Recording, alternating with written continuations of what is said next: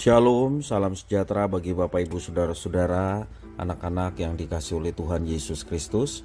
Berjumpa kembali bersama saya Pendeta Eka di dalam renungan firman Tuhan pada hari ini, Selasa 4 Oktober 2022. Sukacita damai sejahtera kiranya menyertai hidup kita sekalian. Puji nama Tuhan. Sampai pada pembacaan firman Tuhan hari ini, Yesaya pasal 33, kiranya firman Tuhan memberkati kita sekalian. Baik, sebelum kita akan merenungkan bagian firman hari ini, mari kita akan berdoa. Tuhan Allah Bapa di surga, di dalam nama Tuhan Yesus, kami bersyukur dan berterima kasih atas kasih setia Tuhan yang nyata dalam hidup kami. Biarlah kasih setia Tuhan yang boleh kami alami dari hari ke hari, menjadikan kami semakin mengenal pribadi Tuhan yang baik, agung, dan luar biasa dalam hidup kami. Dan kami mau terus dekat dengan Tuhan, belajar firman Tuhan, supaya kami terus diterangi oleh kebenaran firman-Mu, sehingga kami tidak tersesat dan hidup kami terarah sesuai dengan apa yang Engkau inginkan dan kehendaki. Terima kasih Bapa, kami sedia untuk belajar firman Tuhan. Demi nama Tuhan Yesus kami berdoa. Haleluya, amin. Saya akan bacakan pasal 33 ayat 1 sampai yang ke-24.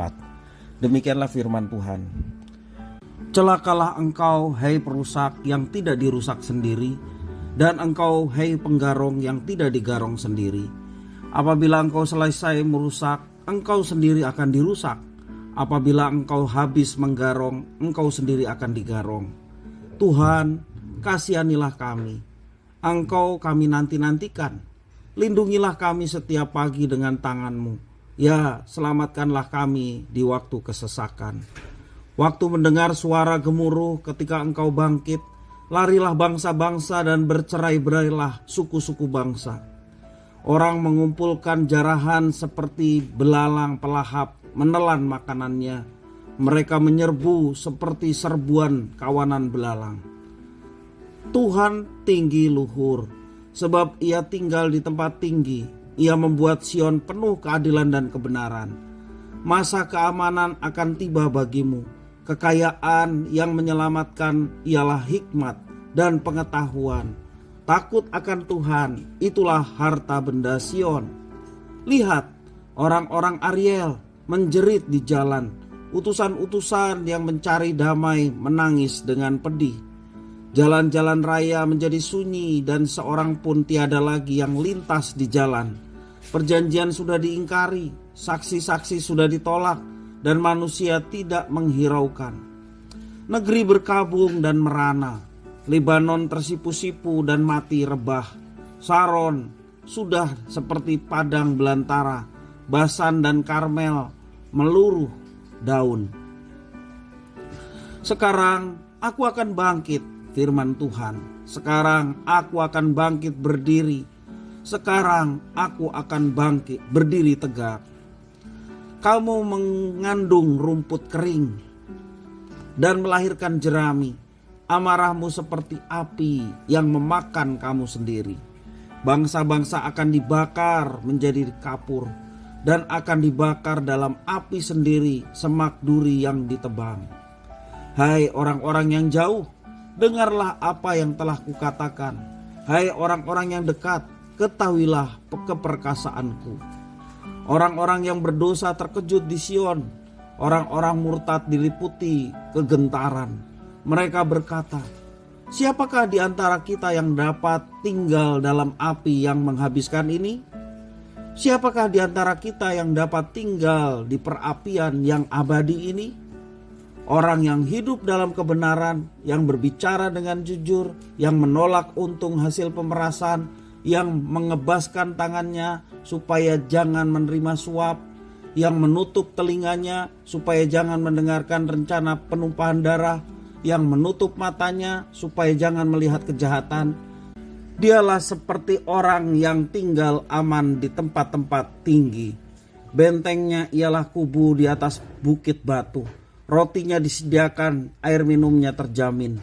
Engkau akan memandang raja dalam semaraknya, akan melihat negeri yang terbentang jauh. Dalam hatimu engkau akan memikirkan kengerian yang sudah-sudah. Sudah lenyapkah juru hitung? Sudah lenyapkah juru timbang? Dan sudah lenyapkah orang yang menghitung menara-menara? Tidak lagi akan kau lihat bangsa yang biadab, bangsa yang logatnya samar, sehingga tidak dapat dipahami, yang bahasanya gagap, sehingga tiada yang mengerti. Pandanglah Sion, kota pertemuan raya kita. Matamu akan melihat Yerusalem, tempat kediaman yang aman, kemah yang tidak berpindah-pindah, yang patoknya tidak dicabut untuk seterusnya, dan semua talinya tidak akan putus. Di situ kita akan melihat betapa mulia Tuhan kita, seperti tempat yang penuh sungai dan aliran yang lebar. Perahu dayung tidak melaluinya, dan kapal besar tidak menyeberanginya. Sebab Tuhan ialah hakim kita, Tuhan ialah yang memberi hukum bagi kita, Tuhan ialah Raja kita, Dia yang menyelamatkan kita. Tali-talimu sudah kendor, tidak dapat mengikat teguh tiang layar di tempatnya, tidak dapat membentangkan layar. Pada waktu itu orang akan membagi-bagi rampasan banyak-banyak, dan orang-orang lumpuh akan menjarah-jarahan.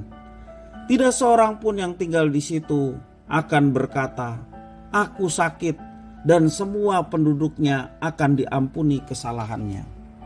Bapak, Ibu, saudara-saudara yang dikasihi oleh Tuhan Yesus Kristus, menanti terwujudnya harapan bukanlah hal yang mudah. Apalagi jika seseorang sedang berada di tengah ketidakpastian.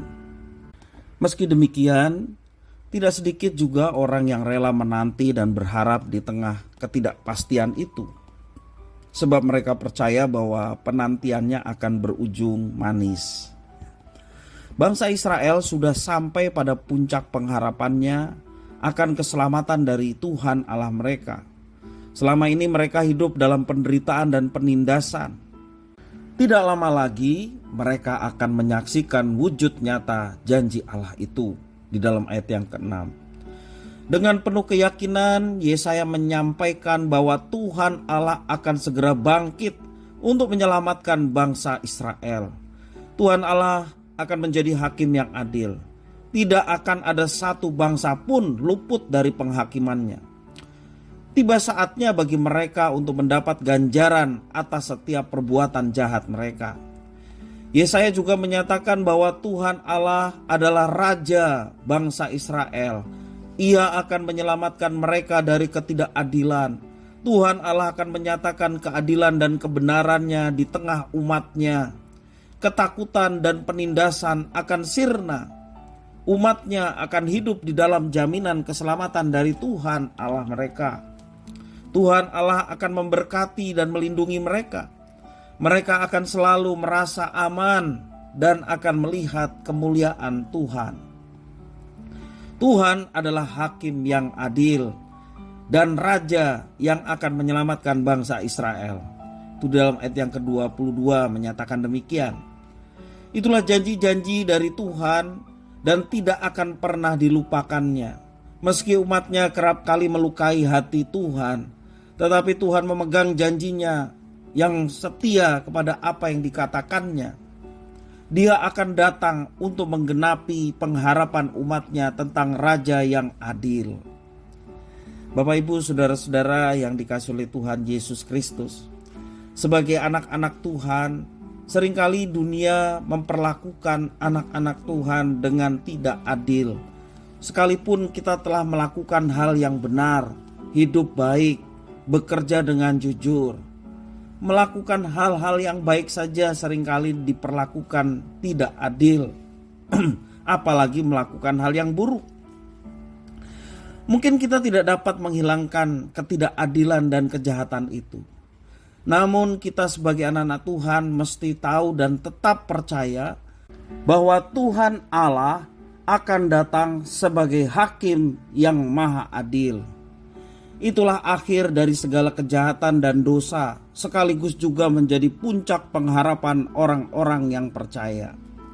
Marilah kita menantikan kedatangan Tuhan Allah kita dengan terus berpegang teguh dalam iman kepada Tuhan dan firman-Nya. Kiranya firman Tuhan memberkati kita sekalian. Mari kita berdoa. Tuhan Allah Bapa di surga, di dalam nama Tuhan Yesus kami mengucapkan syukur dan terima kasih atas firman Tuhan yang memberikan kekuatan kepada kami untuk tetap berpegang dan bersandar kepada Tuhan di tengah situasi, bahkan situasi yang sulit sekalipun. Karena kami percaya pengharapan dari Tuhan pasti akan dinyatakan. Janji-janji Tuhan akan digenapi. Engkau melindungi setiap umat-Nya yang senantiasa berpegang teguh pada janji Tuhan. Engkau melindungi dan menyertai, memberkati umat-Nya yang senantiasa tetap setia, beriman, percaya kepada Tuhan yang sungguh memberkati dan menyertai hidup kami. Terima kasih ya Tuhan, biarlah Tuhan yang menolong kami untuk menjalani kehidupan ini dengan kekuatan yang dari Tuhan, sehingga kami boleh mendapatkan kemenangan. Terima kasih, demi nama Tuhan Yesus kami berdoa dan mengucap syukur atas firman Tuhan. Haleluya, amin.